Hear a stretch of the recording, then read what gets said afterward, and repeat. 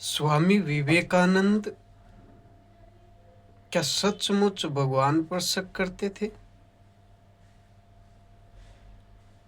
कि भगवान है या नहीं?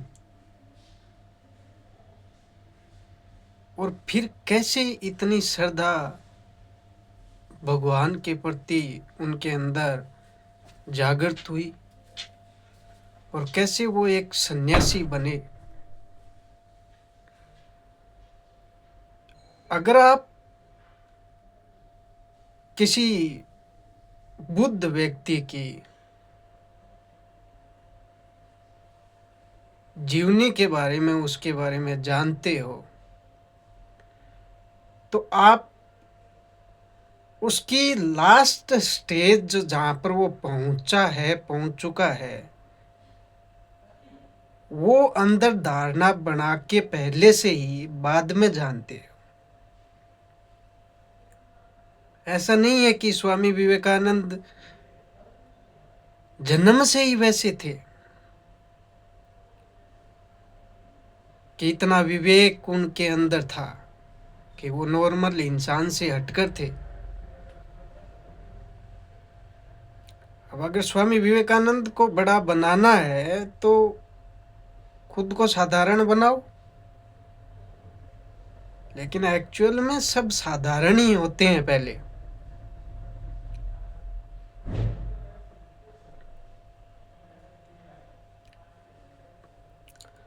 उनके अंदर भी बचपन में शक था, तो जाहिर होता है ये बातें पढ़ते हैं, जानते हैं उनके बारे में।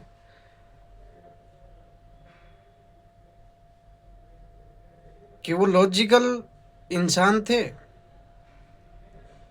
ऐसे ही किसी चीज को बताया और एक्सेप्ट कर लिया, ऐसे नहीं थे, जानने वाले इंसान थे।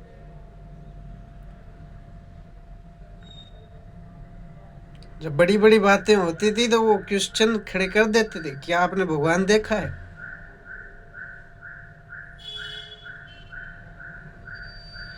और सचमुच ये है कि शक सबके जीवन में है। इंसान बड़ी बड़ी बातें तभी तक कर पाता है, कह पाता है कि मैं श्रद्धावान हूं, अगर सचमुच जाना है तो वो हो सकता है श्रद्धावान।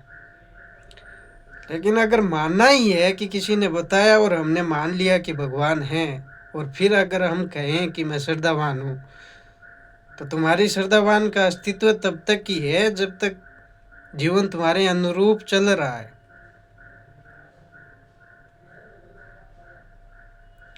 जैसे ही वो तुम्हारे विपरीत चलना स्टार्ट करता है तो तुम्हारी श्रद्धा पता नहीं कहाँ चली जाती है। और होना ही ये कि चीजें ठहरती वहीं पर है जहाँ वास्तविकता हो। और कौन ऐसा होगा, आप अपने आप पर देख लीजिए, क्या आपके अंदर ये सवाल नहीं आते कि क्या सचमुच भगवान है? आना जरूरी है, क्योंकि आपने मानना है तो आएगा। ये मिटेगा तभी ना जब जानोगे। और सचमुच जानने की नींव शक पर ही बनी है। अगर शक नहीं होगा तो फिर जानोगे कैसे? शक ही तो धक्का देता है ना आपको। शक ही कहता है भैया मान लिया, लेकिन ठहराव नहीं आ रहा है। रात को मानते हैं, सुबह लगता है नहीं, सुबह नहीं है, शाम को हाँ हो जाती है, तो शक तो पैदा होगा। एक वो साकार मूर्ति को दिखाकर अंदर दिमाग में भर भर के ये कहा गया बचपन से कि देखिए सब कुछ यही है। जब दुख का पहाड़ आता है तो इनसे भी निकलने के बड़े बड़े बहाने हैं कि देखिए आपने कुछ किया होगा गलत कर्म, उसकी सजा मिल रही है। अब जब विवेकानंद के जीवन में ऐसी परिस्थितियां आई, पिता के गुजरने के बाद उनके परिवार पर दुख का पहाड़ टूटा, तो वो एक टाइम पर ये भूल ही गए कि कौन भगवान और कौन सरदार। ये सब माँ के चेहरे के ऊपर, भाई बहन के चेहरे के ऊपर वो उदासी देखकर खाने में ही भगवान दिख रहा था ना उस टाइम, कि अगर खाना मिल जाए तो भगवान मिल जाए।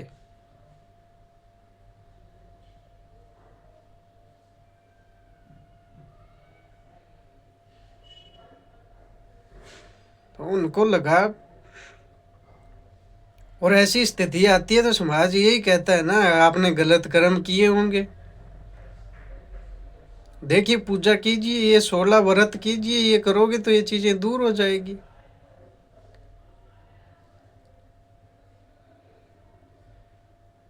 और पहले भी समाज ने चलाया, वैसे चले उनकी धारणाओं पर, तो अब भी उनकी धारणा पर ही चलना शेष है ना।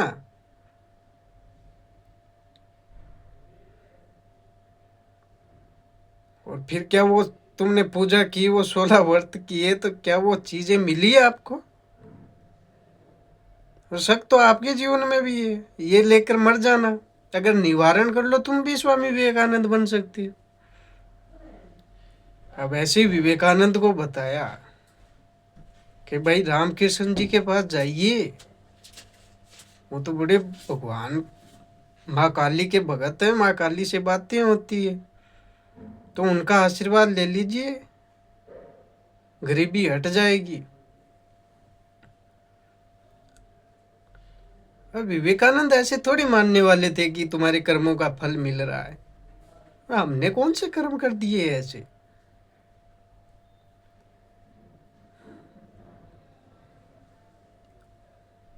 और वो अभी क्यों पता चला कि ऐसे कर्म कराए?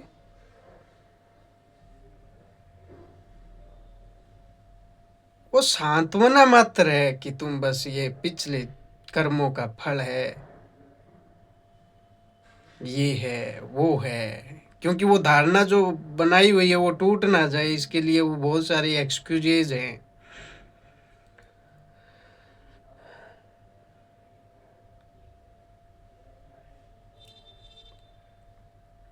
तो उनको शक हुआ कि यार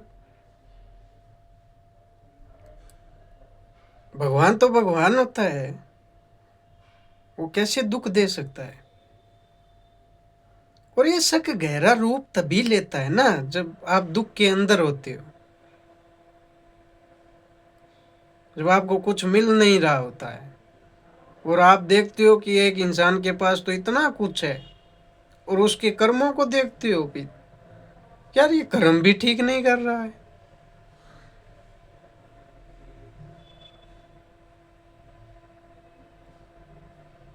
और सचमुच अगर जानकर तुम आज भी ये चीज कह सकते हो कि यार ऐसा कुछ नहीं है जो अपन ने बना रखा है कि ये भगवान प्रकट हो गए, देखिए तपस्या की है, आशीर्वाद दे रहे, तथास्तु, व्हाट इज मीन? अगर आपके साथ हुआ है तो ठीक है, लेकिन आज तक जितने भी बुद्ध पुरुष हुए हैं और हुए हैं उनके जीवन में तो ऐसा हुआ नहीं, उन्होंने तो ऐसा कुछ कहा नहीं। एक्चुअली में कहते वही हैं जिनको ये सब हुआ ही नहीं है।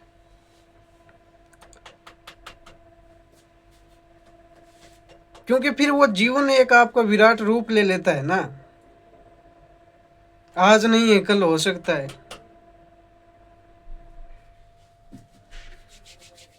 वो चाहत बनी रहती है,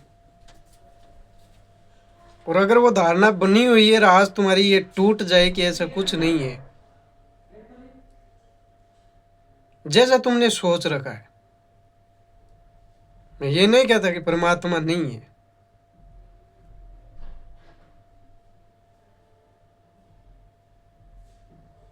जिन लोगों ने जाना है उन्होंने कहा है, लेकिन वैसा नहीं है जैसा तुमने मान रखा है।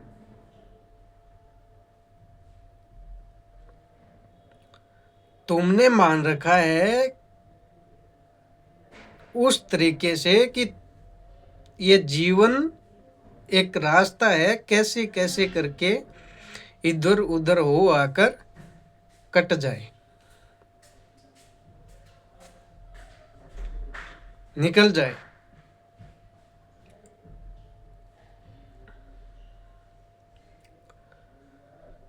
लेकिन ये क्वेश्चन लेकर स्वामी विवेकानंद जब भी रामकृष्ण से मुलाकात होती है तो रामकृष्ण कहते हैं, बालक,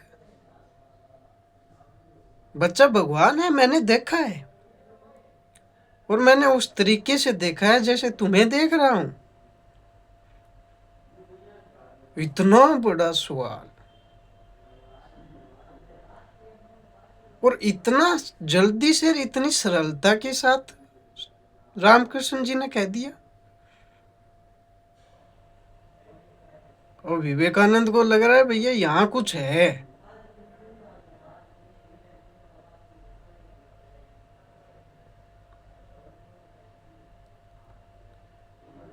और फिर वो अपने दाएं पैर विवेकानंद की छाती पर लगाते हैं। जैसे ही छाती पर लगाते हैं, एक अलग सी दुनिया में चले जाते हैं विवेकानंद। वहां देखते हैं कि वहां सवाल ही नहीं है, वहां विचार ही नहीं है, वहां पर तुम ही नहीं हो, वहां पर द्वैत मिट चुका है, जानने को कुछ बचा ही नहीं है। क्या जानना है, ही वही सब कुछ है, पर्याप्त है। जानने की भूख तब तक है ना जब तक तुम्हारे अंदर खालीपन है।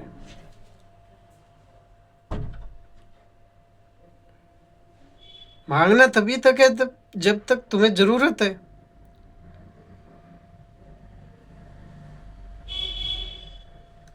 शक तभी तक है जब तक वास्तव प्रकट नहीं हुआ है।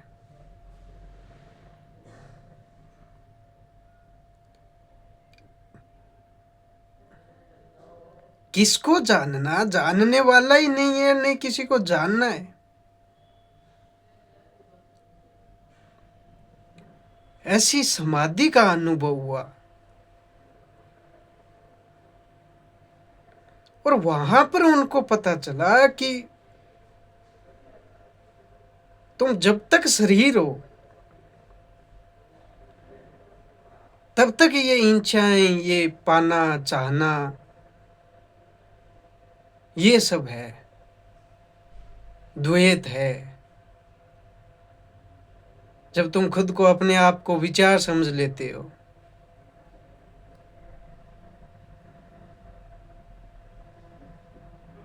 मन उसी का नाम है कि जो है वो कुछ नहीं है, जो नहीं है वो सब कुछ है। ये मन है बस।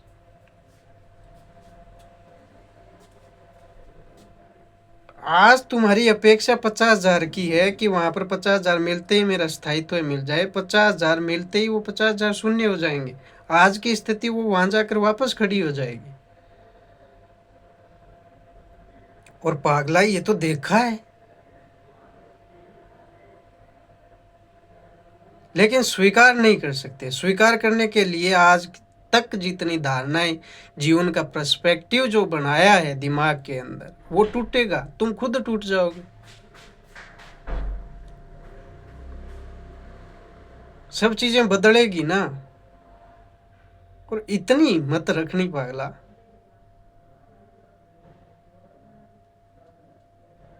कि मुझे जानना है, चाहे मैं खुद को मिटा दूं, तब जान पाओगे। द्वैत वही टूटेगा ना जब तुम मरोगे। तुम रहे, वो प्रकट हो गया, तो कौन सा अद्वैत हुआ? वो द्वैत ही है। जिसको जानना जाता है वो भी है, जानने वाला भी है। तो ये तो द्वैत हुआ। कण कण में ही वही है। जब वो प्रकट होगा तो तुम कहां से अलग से रह जाओगे? तुम भी तो कणों का संग्रह हो।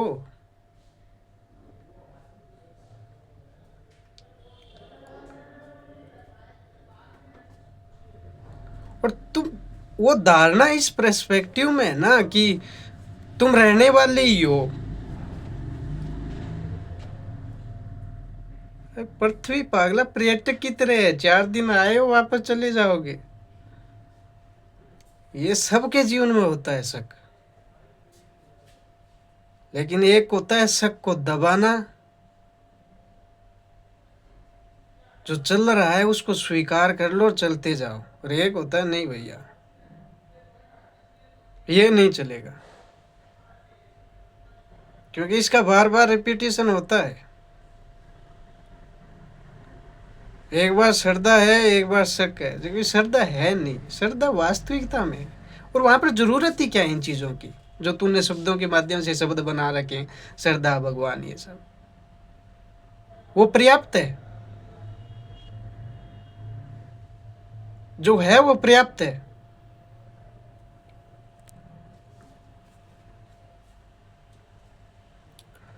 तो वो देखकर, वो निर्विकल्प समाधि का आभास करके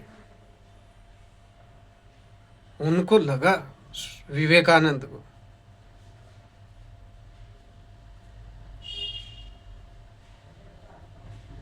कि हाँ यहाँ ठीक है।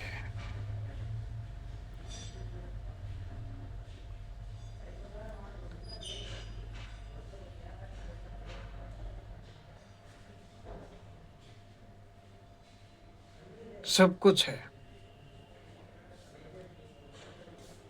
और फिर उनका रास्ता बदलता है। वो कहता है कि पार जाओ हर चीज से। तुम देख कर जियो, प्रकृति तुम्हारी पुस्तक है। प्रकृति के दास मत बनो।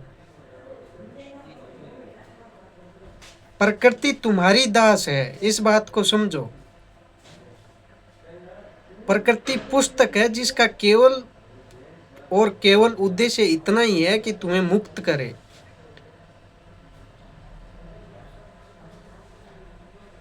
तुम जागरूक रहो, तुम हर चीज को देखो। होश ही तुम्हें सत्य का अनुभव करवाएगा।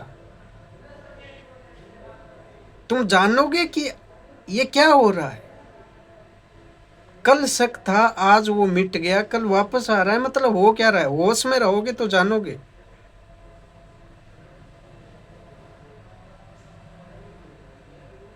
कि चीजों को पकड़ रखा है लेकिन चीजें बदल रही है।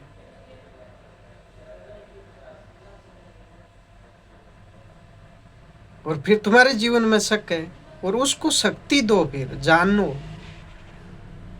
मैं कह रहा हूं कि मैं शरीर नहीं हूं, सबने कहा है, मैं नहीं कह रहा।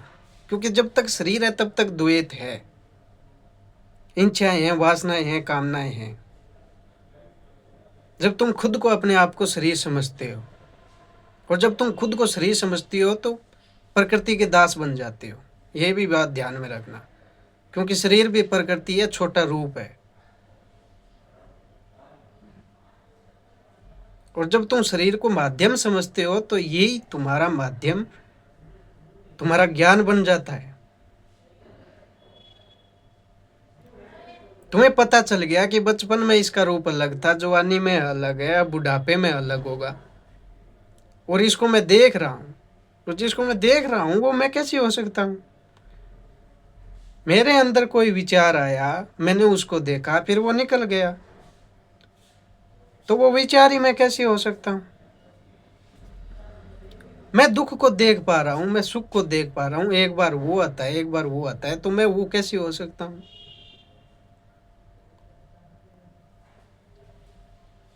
ये प्रकृति के भाग हैं जो सिखाते हैं।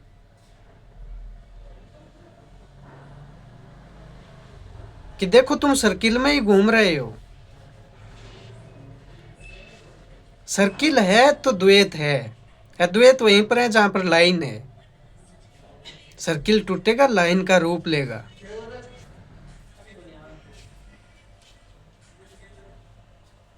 और क्या तुम्हारी इच्छाएं पूरी हुई? तो खुद की देख लो, खुद का जीवन देख लो, तुम अपने आप जागरूक हो जाओगे। लेकिन फिर पूरी धारणा को तोड़ना पड़ेगा, खुद को मिटाना पड़ेगा। इतनी शक्ति होनी चाहिए तुम्हारे अंदर।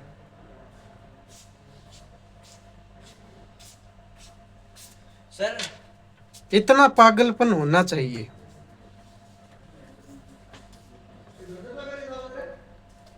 तो आगे बात करेंगे कि फिर स्वामी विवेकानंद ने उनकी क्या आइडियोलॉजी थी स्पिरिचुअलिटी को लेकर।